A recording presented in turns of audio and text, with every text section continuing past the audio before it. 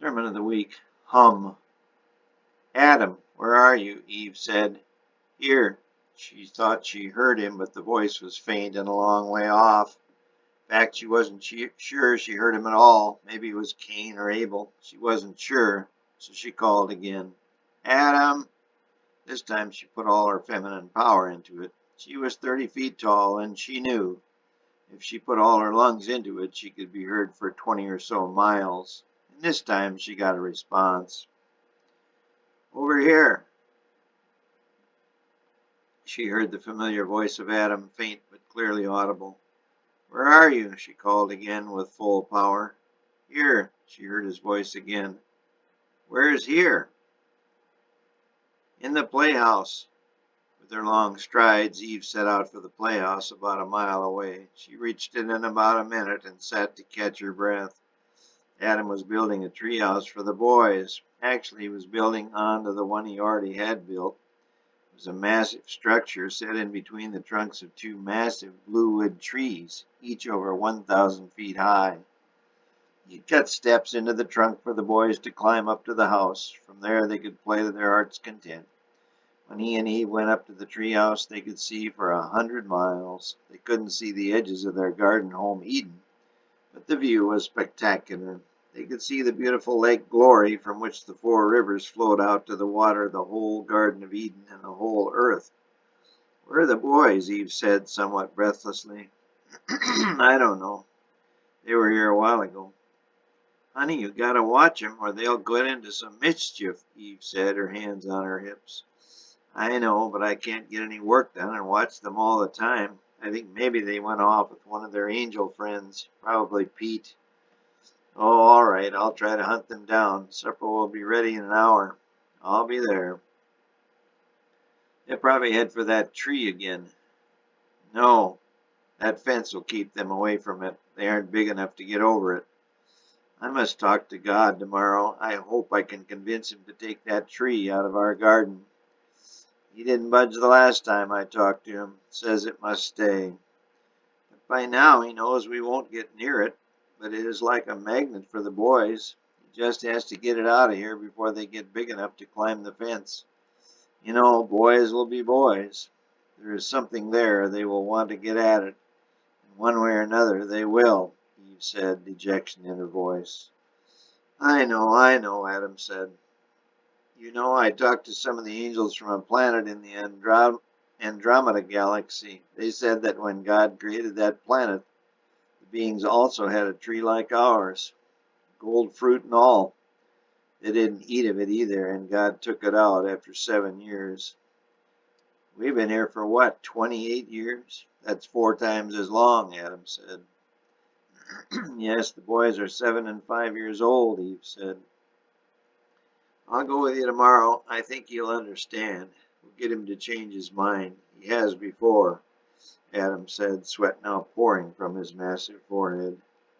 Thanks, baby. I love you, Eve said, turning and heading toward their magnificent home. See you in an hour, Adam said, blowing his love a kiss. Human animal is an amazing life form. Humans are able to do an infinite amount of things. Humans are able to see their environment perfectly. Humans are able to hear their environment. Humans are able to move about at will in their environment. Humans are able to think and plan and create. Human truly is a remarkable machine. Humans are the highest form of life on planet Earth. The capabilities of human thought and acting on those thoughts is still poorly understood. Except for flying as birds do or swimming deep into the oceans, man seemingly has no limit. Despite being a marvelous machine, man has one great fault, if you will. This is the great gift God gave man. That is, the ability to choose. Of course, without this ability, man would not be man. He would be an animal. Yes, animals can choose to do this or that, but they can't or don't choose one thing. They don't choose to self-preserve or not self-preserve. When things get tough for animals, they have a built-in instinct. They are threatened or they have an option as to jumping off a cliff or not. They will not jump.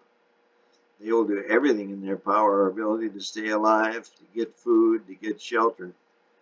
albeit circumstances may affect this instinct adversely, such as a horse running into a burning barn. But for the most part, animals will make every attempt to self-preserve themselves and their offspring.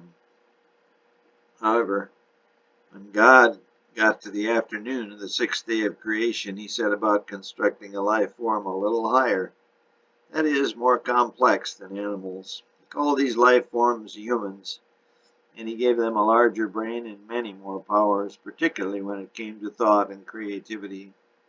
The overriding power he gave them was that of choice, the power to choose to do literally whatever a human wanted to do.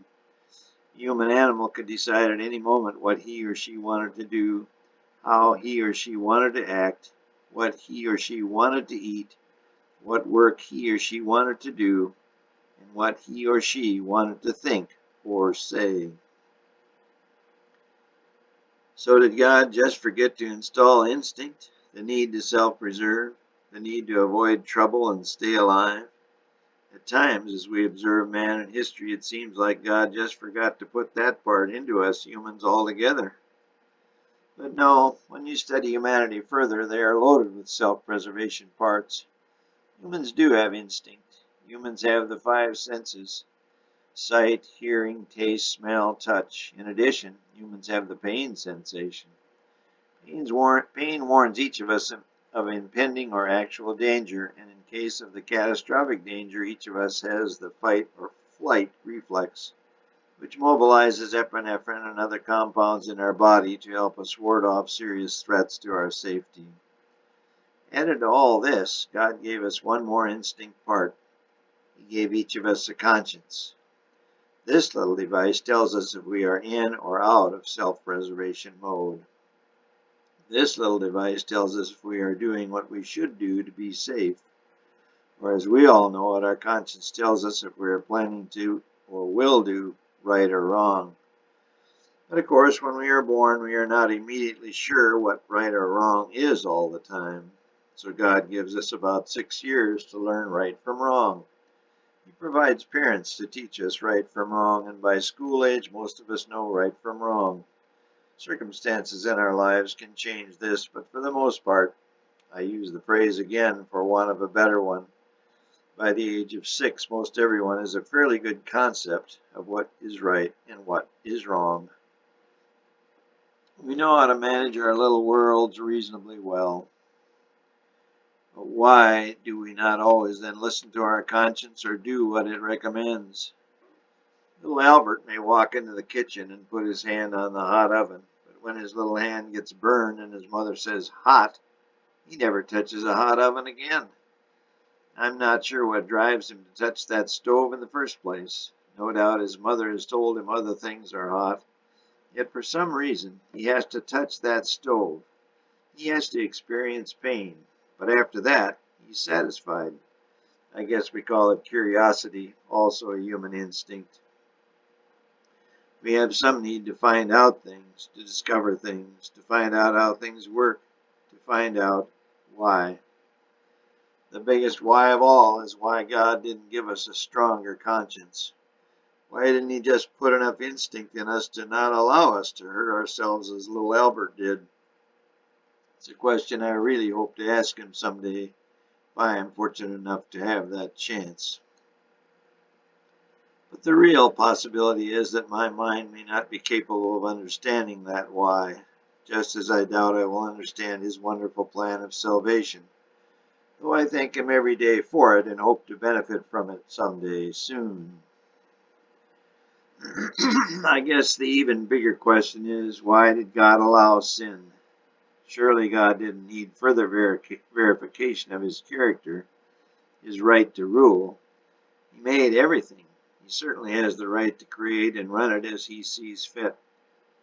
I saw a little picture recently of maybe 1 inch square of the sky from a telescope. The caption read, "There are 85 million stars in this photo." That was 1 inch of our sky. Yes, God has the right to rule. The authoress Ellen G. White says that God made many planets before our Earth with life forms that could choose right from wrong. She says our Earth was the first one to choose wrong. to not believe in the God who created them, nor to follow the recommendations of our conscience. Science is now verifying that indeed there are other planets capable of sustaining life in the universe. No doubt many are doing exactly that. Yet we decided to rebel. The reasons are unclear to God, most angels, and most humans. Yet we did it. Why would we ignore our teachings and our conscience, our Creator? It is another unanswered question I would like to ask God, though maybe I can't understand the answer to that one either. Oh yes, we had a little help with this rebellion. Our angelic cousin Lucifer and 1/3 of all God's angels gave Adam and Eve a boost, and gives us a boost each and every day. How is it possible for an angel, one who has absolutely everything he could possibly want to rebel or even consider such a course of action? Another unanswered question. I doubt this one will ever get answered.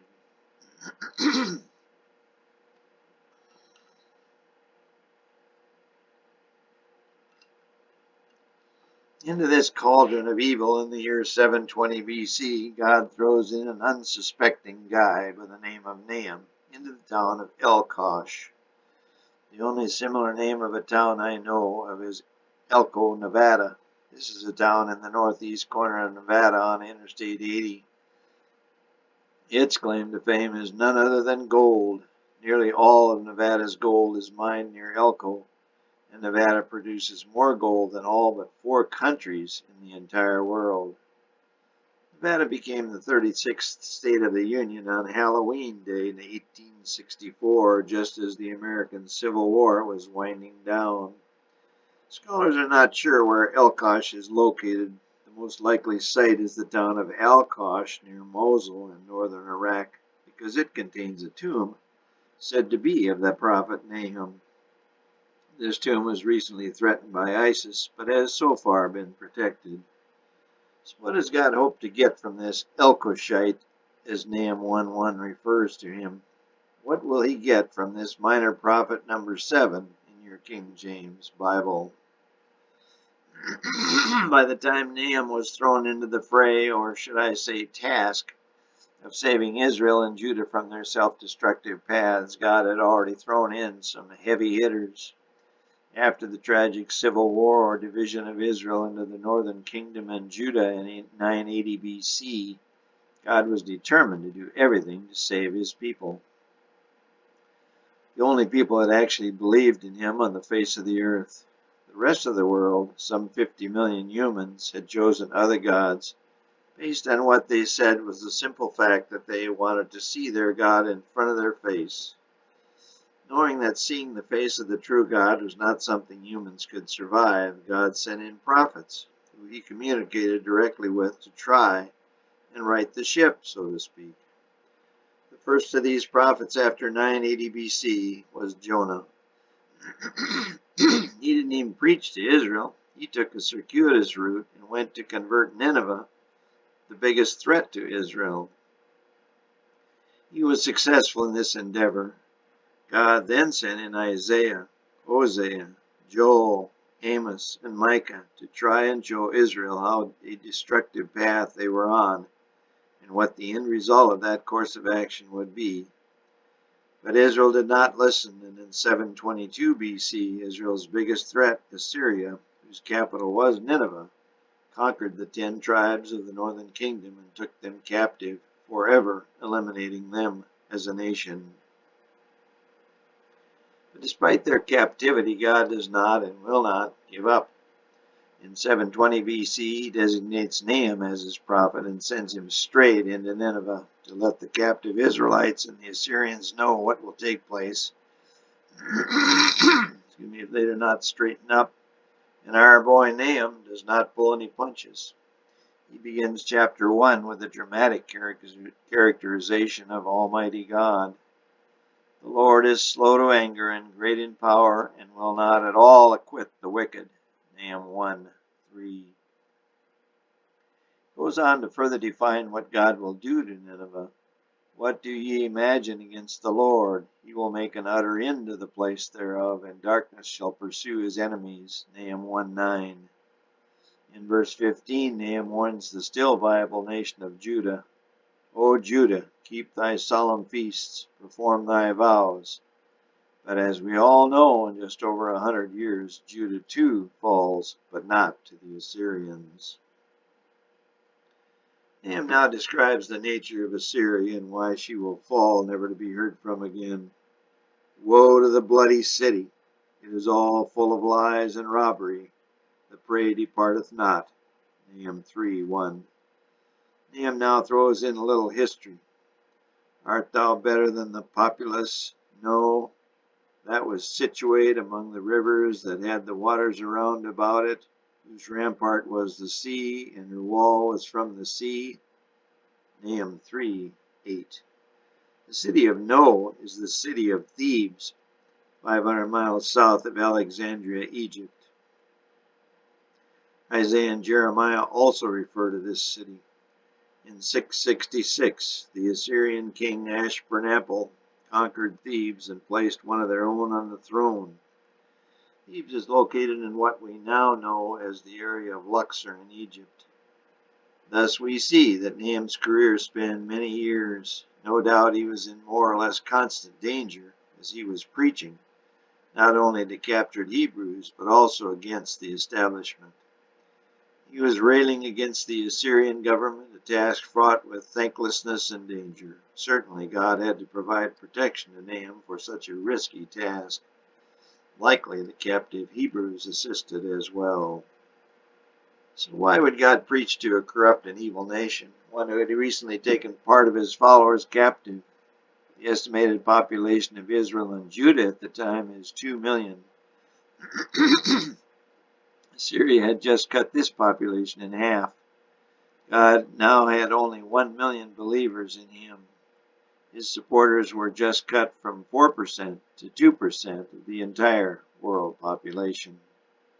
Why would he then preach for Assyria to reform, to turn from her evil methods?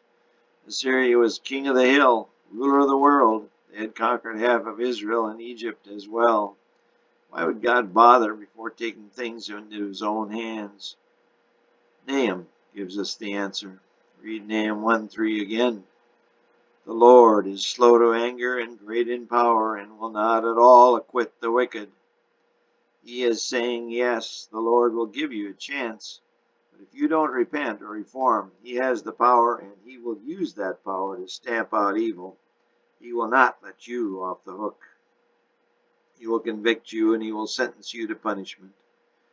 Look at Nahum 1:9. What do you imagine against the Lord? He will make an utter end. Affliction shall not rise a second time. God will convict you, punish you, and you will not be heard from again. He will make an utter end. Evil will lose, and God adds one more promise. Affliction shall not rise a second time. Evil will not rise up again. Assyria was destroyed by Babylon in 605 BC, never to become a power again. And to this day, Nineveh is uninhabited. It is famous only as an archaeological site. Somehow Jonah got her back on track in 800 BC, but her reformation was short-lived. And in 720 BC, Nahum tried valiantly, but could not alter her fate, which came in 605 BC. Read Nahum 1:9 once more. Affliction shall not rise a second time. Back in world history about world powers, when their agendas turned evil, what happened? From Sodom on down, not a one returned to power a second time. Sodom, Egypt, Assyria, Babylon, Medo-Persia, Greece, Rome, Constantinople, Turkey, Spain and its armada, Napoleon's France, the British Empire, Hitler's Germany, Communist Russia. None of them lasted as number one, the top of the heap. Now the United States has that spot. I think it will be the second to last, number one. I think evil is finally at the end of its run. God has had enough. 6,000 years plus the 33 years of God's Son's sojourn puts us at April 13, 2031. Even after 6 millennia, evil continues its sickening run, and once again Nahum gives us one reason why. There is one come out of thee that imagineth evil against the Lord, a wicked counselor. Nahum 1:11. Nahum now is speaking here of none other than the initiator of all evil, Lucifer. He started evil. He wanted more than everything. He wanted to be more than he was. He wanted to control everything, a capability he never could obtain. He was who he was. We are who we are. The universe exists because it has not only rules, but it has laws, unchangeable laws, laws of chemistry, laws of physics, laws of mathematics. If they were changeable, then nothing could or would exist. There would be nothing. But Lucifer, supposedly the smartest angel in the universe, could not figure that simple thing out. Thus he has become the dumbest angel, and he and his cronies are leading everyone down the path named destruction. Nahum grasped this concept. Many do, but their numbers seem to be dwindling at a rapid pace. Who will be the next number one, the next to rise to the top of the heap? Nahum knows that answer. Like his predecessors from Abraham on down to David to Isaiah and Jonah, God told him in no uncertain terms who was going to be the last, number one, and how things were going to go down, how the plan of salvation was to be carried out. He also told them who would carry it out, a baby who was to become the Messiah, the only hope of the world. And these prophets told all they could of this great plan to save them and the world. Some listened, but very few actually believed the story was true. But Nahum believed, and Nahum tells us in no uncertain terms who will be the last and everlasting number one. Behold upon the mountains the feet of him that bringeth good tidings, that publisheth peace. Nahum 1:15. Jesus Christ is soon to be the next number one, the next king of the hill, and he will also be the last. His new earthly kingdom will last forever and ever. Affliction shall not rise a second time. Nahum 1:9. When you walk along down the street, sometimes you will begin singing a song you know. Let's say it's Christmas time and you're singing Jingle Bells. You start out with jingle bells, jingle all the way. Oh, what fun it is to ride in a one-horse open sleigh, dashing through the snow. You get to this point in the song, but you then forget the next line. O'er the fields we go, laughing all the way. Bells on bobtail ring, making spirits bright. What fun it is to laugh and sing a sleighing song tonight. What do you do now that you forgot the rest of the words? Do you stop singing? Absolutely not. Most of us will do what? We'll hum it. We'll hum the rest of the song. Why? Because we know the melody.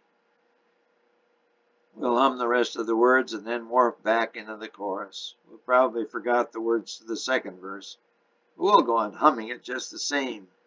That is, until we reach the store to do our Christmas shopping. The name Nahum means comforter.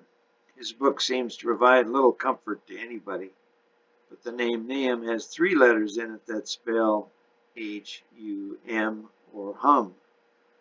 I think by using this prophet with this name, Nahum, God has placed another message for us all. When you walk down the street singing Jingle Bells and then start humming because you forgot some of the words, it speaks to all humanity. We think we know what is right, what is the correct way to live and preserve humanity, yet often we forget what is right. So what do? We go through the motions. Deep down, we still know what is right. After all, we have a conscience, but we know we don't have to listen to it, so we often don't. And of course, that leads to invariable trouble. However, if we take the time to learn the words, to study and apply what is right, what is not evil, then we will be able to remember the whole song, and we will avoid much trouble. Nahum provides us one hint as to how to do this. How to remember good. The Lord is good, a stronghold in the day of trouble, and he knoweth them that trust in him. Take the time to talk to your Lord. Daily prayer is one sure method of staying out of trouble, a concept repeated not only in your Bible, but in history. What do people do when they get into trouble, when they see no way out? Of course, they pray to God to save them, to deliver them. Alas, the Ninevites did not. Ishtar is the first deity other than the Almighty for which we have written evidence. Her cult originated around 3000 BC, and she is found in the ancient Mesopotamian poem, the Epic of Gilgamesh. The Assyrians prayed to Ishtar, their goddess of love and war, and where did that get them? Well, in 612 BC, the Babylonians, along with some help from the Medes, leveled the city of Nineveh, a city which took Jonah 3 days to walk across. It has never been rebuilt.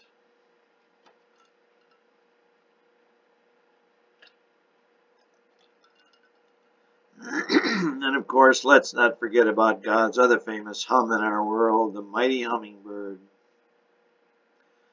Though found only in the Americas, some have been sighted in far eastern Russia. Bali also has a colony after human introduction. This little 3-inch bird flies from Alaska to Mexico every year, a span of 3,000 miles. It is the only bird that can fly backwards. It also has the ability to see various colors of ultraviolet light, something humans cannot see. It can fly up to speeds of 50 miles an hour and eat up to 8 times its body weight in a day. What fun that would be! Only our God in heaven could create such a diminutive being with such amazing capabilities. Like the hummingbird, the prophet Nahum is a rather obscure character in the Bible and on the world stage. But in just 3 short chapters, just over 1 page of my 732-page Bible, he gets to the heart of it all. He defines God's character, Nahum 1:7, what God means to humanity, Nahum 1:3, what God wants to do for humanity, Nahum 1:13, what God wants humanity to do for him, Nahum 1:15, what God will do to humanity if they reject him and do evil continuously, Nahum 3:19, why there is evil in the first place, Nahum 1:11, and what God will ultimately and finally do about evil, Nahum 1:9. Nahum 1:9 speaks to every human being and angel that ever lived. What do ye imagine against the Lord? He will make an utter end. Affliction shall not rise a second time. Adam and Eve and the 2 boys slept soundly in the cool night air. Eve awoke early and quenched her desires by awakening her love, and the 2 made sweet love before getting up and starting breakfast. What time will God see us? Eve asked. The secretary said he had availability about 10. Oh, good. I'll get Delora to babysit. The boys like her and usually mind her fairly well. Just make sure they keep her away from that tree. My fence should be high enough, but just make sure. That's the last thing we need. Adam, she's an angel. She has far greater power than we do. Yeah, but will she use them? Of course, but I'll tell her again. You do that, Adam said, scarfing down another bite of his strawberry waffle. Why do our boys always want to get into mischief? Why did God, well, we make them that way. That's exactly what you need to ask God this morning. The 2 finished breakfast and then fed their sleepy boys. Soon Delora arrived, and after giving her instructions, the happy couple headed for God's office. They soon walked by the tree of knowledge of good and evil, the only off-limits area in the whole garden, the whole world for that matter. They both wanted to go out of the garden someday and see what the rest of their planet was like. Your fence needs some paint, Adam, Eve said as they walked by Adam's new fence he built to keep the boys from getting near the tree of knowledge. Yeah, I'll paint it and then put bushes around it. They will grow into a hedge and conceal it from view. That will be good. It will protect the boys. Yes, soon the two arrived at God's office, a beautiful space carved into a massive redwood tree. His receptionist escorted them in through two massive cherry wood doors. "He will be with you presently," she said, then flew back to her desk in the reception area where at least 20 angels were working on the business of the universe. Soon God walked in and sat behind his massive teak desk. Just after he sat, he got up and went first to Eve and then Adam and hugged them both. "How are you?" he said. "It's so good to see you. I hope all is going well. How are the boys?" "Good, good," Adam said. "So what can I do for you?" God said. "Well, Eve and I, well, we have some questions for you." "Go ahead. I'll see if I can answer them." "Well, why do our boys always want to get into mischief?" Eve blurted out. God stroked his beard, a half smile coming to his lips. "Well, it's kind of hard to explain, but I'll try," God said, clearing his throat. "You see, we all have powers. I have power. You have power. My secretary has power. That plant in the corner has power. That hummingbird out on that hollyhock has power." "So," Eve said impatiently. God raised his hand. "Well now, all of us have different powers. I can create and do anything. You can do almost anything. You created those two wonderful boys, Cain and Abel. By the way, how are they doing?" "Good, good, but they always want to get into everything." "That is part of your answer. That is how they learn. You put them in an environment where the curiosity will allow them to test what is safe or not safe. They may touch the hot coals of your kitchen fire, but they will only do it once. Or maybe just Cain will do it, and Abel, seeing the result, won't have to test it out at all. But when will they grow up? When will they learn to do only safe things, to do only right things? That's where your parents come in. You are the guide. You will show them from your own experience how they should live, how they should act, and how they should treat others." Eve stared at the floor. Adam said, "That's a pretty big responsibility." "Yes, it is, but it is the only way to preserve what we have, to preserve life. We all have powers, but we must all use them only in ways to preserve life so that we can enjoy life. With one movement of my hand, I can eliminate the entire universe. Just wipe it out, start over, if you will. But it would destroy all my joy. It would destroy everyone's joy, from that little hummingbird to you and your boys, to my secretaries, to my son and wife, spirit. All would be lost." "You would be very lonely," Eve said spontaneously. "Yes, I would.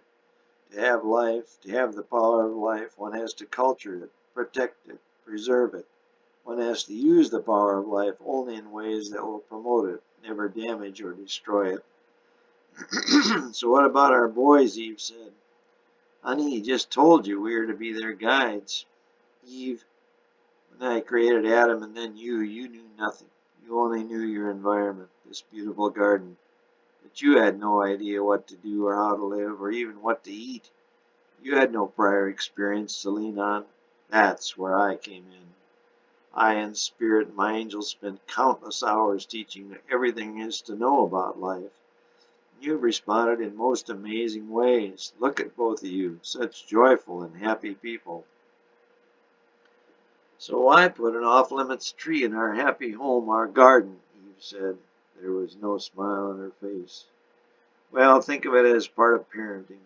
You don't have many dangers. Oh, you could jump out of a tree or something.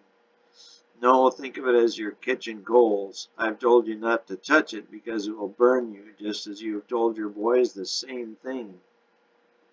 "But Cain did touch it," Eve said. "But he didn't touch it again," God said. "No, I still don't understand," Eve said, exasperation in her voice. "But if you let Cain climb a tall tree and he waves to you from the top of it and says, 'See, Mommy, I'm going to jump,' that's different." Eve shook her head, but Adam nodded. "There are things in life you must not try even once, or your life will be over. That is what you have to teach Cain. Teach him the little things, but also teach him that there are certain activities, misuse of his powers, certain decisions that are not compatible with life. That is another essential part of parenting. We must teach our children to try and not to try and overuse their powers. Thanks for your time, God. We appreciate you so much, Adam said, standing. Let's go, honey, he said, extending his hand to assist his wife. I'm sure God has plenty to do.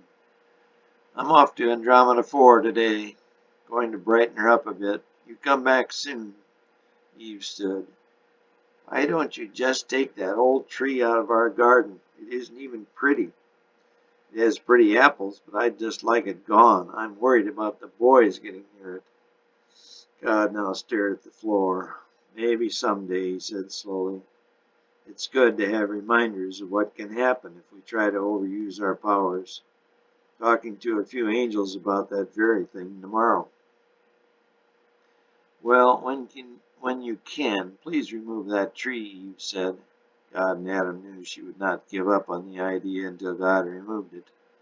The three hugged, said their goodbyes, and the happy couple left the office. It was about a 1-hour walk back through the beautiful garden to their home. They both hoped the boys had not gotten into too much trouble. How long? Eve said as the two walked by the tree of knowledge.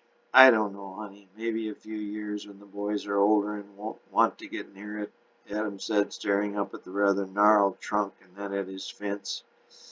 I'll do some more work on the fence tomorrow. Maybe we should keep Delora around until I get things done. It's so ugly, Eve said, staring up at the tree. Wonder why God put such beautiful apples on such an ugly tree.